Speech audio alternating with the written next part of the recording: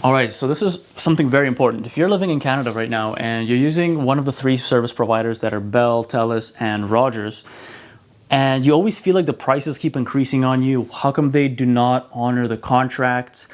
They promised you a price for a certain amount of time, maybe 2 years. 2 years is a very common term, and it still goes up within the term.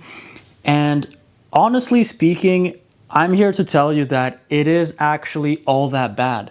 So I'm going to share my point of view coming from someone that has worked as a field sales manager as a third party provider or a third party company that does sales for Rogers. So I used to have a team that would distribute the services or distribute the sales or, go to people's homes, knock on their door and, do the thing.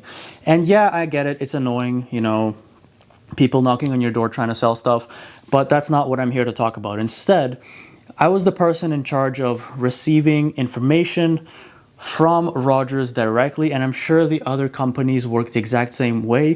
For example, the competitor Bell, a lot of you guys are with Bell right now as well. They run things the exact same way. I've ran into them, I've met their guys, and it's the same thing. But the point is, why I'm saying it is actually that bad, I'll give you an example. So before, it was pretty close to the time before I decided to leave. I did not want to work with them anymore because of this type of bullshit.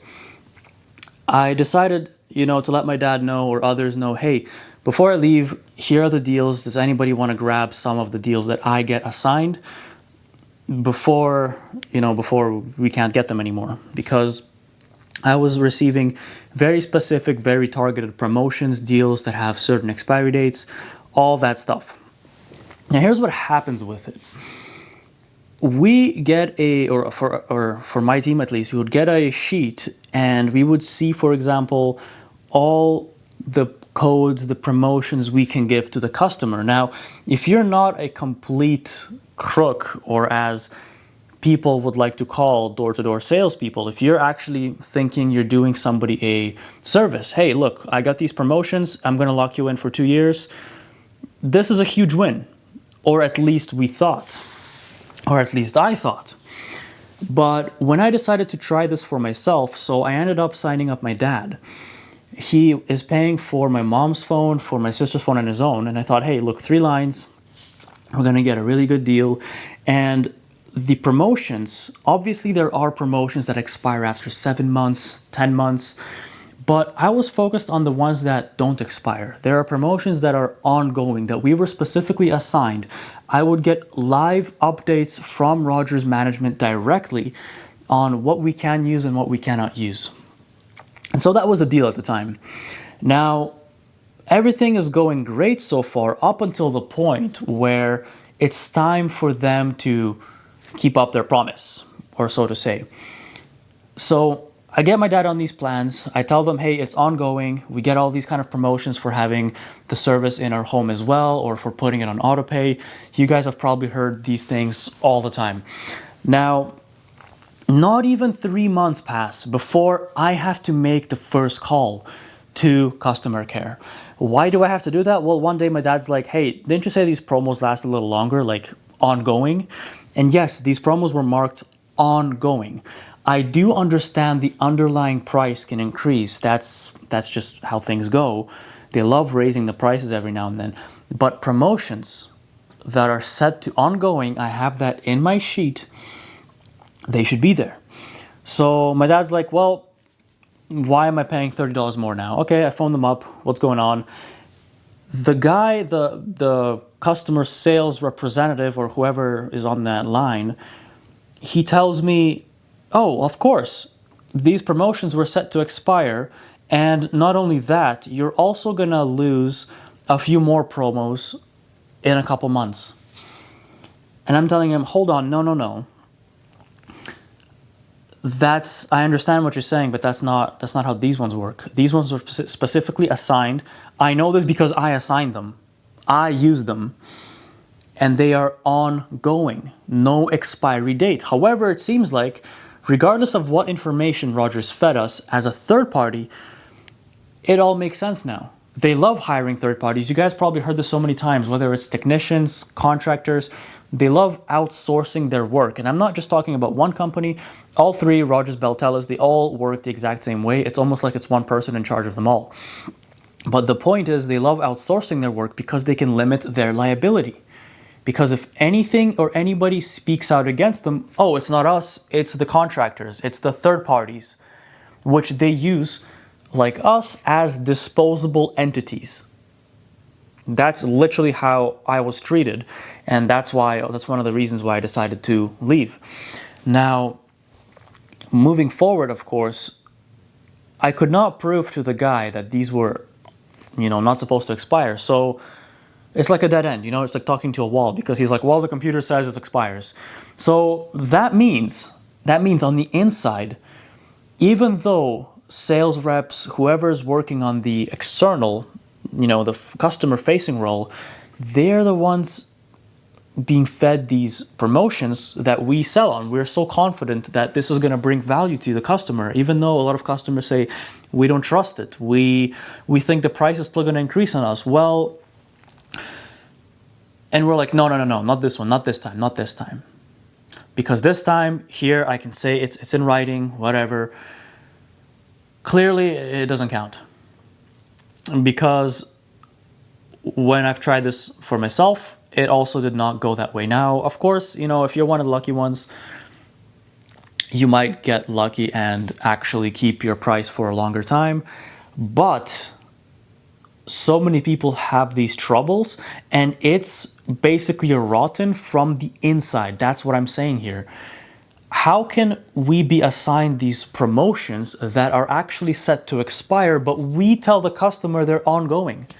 How is that fair to anyone? That makes me look like the scammer. Why am I scamming people? I thought I'm genuinely helping people. Look, you're paying $300. Let me get you over to this new price right here, and you're going to be good for the next 2 years. That's not how it went at all. And this was specifically, month-to-month non-contract terms. However, even the contractual terms, they always either create gaps for themselves or find loopholes as a justification to raise prices. So let me give you a very good example right now. Some of us use TV boxes. TV boxes to get channels. It's not very common these days, but the older generation, they have them still. And when we were to sell those, we're like, hey, we're going to put you on a contract, therefore your price is locked in. It's guaranteed for the next 2 years. Yes, it is a contract. It actually cannot be altered, even by the companies themselves, so you're protected. And that means if the prices do go up in the store or whatever, you're not going to be affected for that term, is what we thought.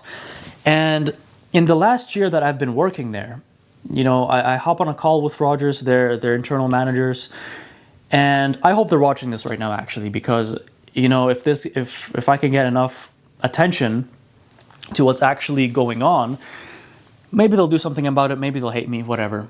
But I hopped on a call with them, and they're like, all right, for all the sales managers in these areas, all across Canada, basically, we are increasing the price of TV boxes by $7. This happened in 2025, so just last year. We're like, all right, that's a pain in the ass. It's going to make it harder to sell, especially people who love their TV and don't use things like Netflix. But whatever, we'll deal with it. It's not only that. It's not only the fact that new customers will be affected. Existing customers will be affected too.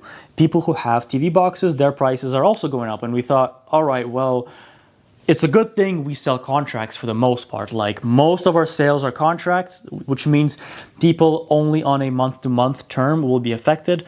People on contract that we told our customers, they'll be protected. That wasn't the end of it. Of course not. They said, no, even customers under contract would be affected. And we told them, hold on. Do you realize that is at least my office alone? That's hundreds, if not thousands of people that their price will go up by a lot. And they're like, yeah, we realize, but it is what it is, whatever. Okay. How does that make sense? How can you raise prices within a contract? You might think, is this illegal? Is this not supposed to happen? Well, it turns out, of course, even we didn't know this. In the fine print of a contract, they left out one specific thing. The contract that we're signing up customers for only covers the modem, the internet modem, and one TV box. Any extra additional TV boxes are no longer part of the contract. Isn't this a great loophole? So all the people that think they're locked into a price, even though we were selling that as well, we were told, hey, contract is contract. It's backed by law, basically. Well, they find a loophole, and even though we tell them, you do realize my office alone did 300 sales last month. 300 new home customers were signed up. Maybe you guys are watching this, you were part of it. And then that's not even speaking for the rest of the year or the year before that. Everybody who's on that 2-year contract. They're like, yep, we know, whatever. They actually don't care. When you guys think about, oh, I'll stick to my company, I'll stick with them, I'll stick with Rogers, I'll stick with Bell because they've been great to me. Maybe you're lucky, whatever, but they actually don't care about you, like at all. Hearing it coming from the management internally themselves, who gave zero interest about, yep, your prices are going up, even people on contract don't care. We told them, look, I'm going to get a bunch of calls. And what happened the next day? Prices went up. My office got raided with customer calls that we've signed up before because they're like, bro, you promised us, it's a contract, how could they do this? And we're like, I have no words. I am pissed myself. I know what I told you guys, and they found a loophole or as a ways to increase prices on you guys. Amazing, right? Well, that's pretty much how they think. That's how they work. There's a lot more corruption on the inside. It's very, very, very rotten. More than you believe. I can't share all of this in the video, not because I can't share it, but because it would just go on for far too long. I have unlimited stories about the amount of shit that goes on there, but I'll save it for another time. All that is to say, these companies don't care about you, so do what's best for you. Don't get yourself locked in contracts. These basically don't count. Contract is just a fancy word for gaining your trust in the fact that your prices will stay solid, but they won't. Nothing will protect it. And as I've heard, soon there will be, the CRTC is going to pass something that, prevents these companies from putting you on contracts, charging activation fees and early cancellation fees, which are absolutely insane. Which means, yes, you can be stuck in a contract that goes up on you and still be bound to it and unable to leave, because the contract cancellation fees for these companies are often $20 per month remaining. So that means if you're on a 24-month term, that's up to $480 for you to cancel your services. Imagine. So hopefully that's not going to be a thing anymore coming up. But other than that, just be loyal to yourself, to your pocket, and don't trust these people. They do not care about you. They are looking to basically just feed themselves.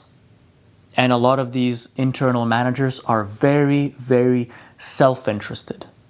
Like, when I mean self, they will screw over other coworkers just to make sure they are safe and protected in their position.